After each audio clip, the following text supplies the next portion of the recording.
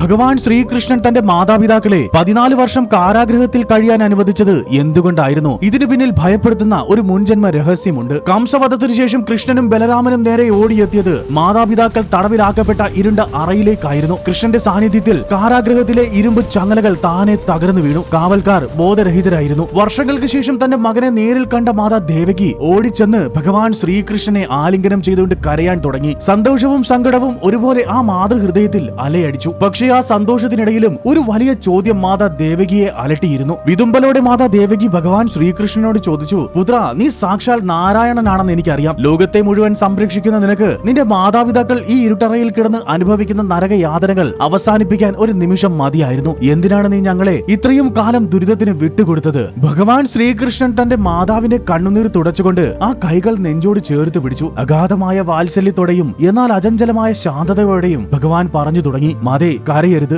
ഈ ലോകത്ത് ഒരു പുൽക്കൊടി പോലും ചലിക്കുന്നത് കർമ്മത്തിന്റെ കാറ്റേറ്റാണ്. ഞാൻ നാരായണനായിരിക്കാം, പക്ഷേ മനുഷ്യനായി ഭൂമിയിൽ അവതാരമെടുത്ത നിമിഷം മുതൽ ഈ ഭൂമിയിലെ നിയമങ്ങൾ എനിക്കും ബാധകമാണ്. ഈ പ്രപഞ്ചം ചലിക്കുന്നത് കർമ്മഫലമെന്ന നീതിയിലാണ്. അവിടെ ദൈവത്തിന് പോലും പക്ഷപാതമില്ല. ഈ 14 വർഷം നിങ്ങൾ അനുഭവിച്ച കാരാഗ്രഹവാസം വെറുമൊരു ശിക്ഷയല്ല, മറിച്ച് അതൊരു കടം വീട്ടലായിരുന്നു. ആത്മാക്കൾ തമ്മിലുള്ള ഒരു പഴയ കണക്കു തീർക്കൽ. ത്രേതായുഗത്തിൽ ശ്രീരാമനായി ഞാൻ അവതരിച്ചപ്പോൾ അങ്ങന്റെ രണ്ടാനമ്മയായ കൈകേയിയായിരുന്നു. പിതാവായ വസുദേവർ ദശരഥ മഹാരാജാവുമായിരുന്നു. അന്ന് മന്ധരിയുടെ വാക്കുകൾ കേട്ട് യാതൊരു തെറ്റും ചെയ്യാത്ത എന്നെ നിങ്ങൾ 14 വർഷത്തേക്ക് വനവാസത്തിനയച്ചു. ഒരു പുത്രനെ പിരിഞ്ഞിരിക്കുന്നതിന്റെ വേദന അന്ന് മാതാ കൗസല്യ അനുഭവിച്ചു. അന്ന് നിങ്ങൾ എനിക്ക് നൽകിയ ആ 14 വർഷത്തെ വനവാസത്തിന് പകരമായാണ് ഈ ജന്മത്തിൽ നിങ്ങൾ 14 വർഷത്തെ കാരാഗ്രഹവാസം അനുഭവിക്കേണ്ടി വന്നത്. കാലം അതിന്റെ കണക്ക് പുസ്തകം കൃത്യമായി സൂക്ഷിക്കുന്നു. മാതേ, സങ്കടപ്പെടരുത്. കാരണം ആ കർമ്മത്തിന്റെ ചങ്ങലകൾ ഇന്ന് അഴിഞ്ഞു വീണിരിക്കുന്നു. മാതാവിന്റെ കണ്ണുനീർ തുടയ്ക്കാനാണ് ഞാൻ എത്തിയിരിക്കുന്നത്. മാതാ ദേവകിക്ക് തന്റെ തെറ്റ് മനസ്സിലായി. വിനയത്തോടെ അവൾ ചോദിച്ചു, അങ്ങനെയെങ്കിൽ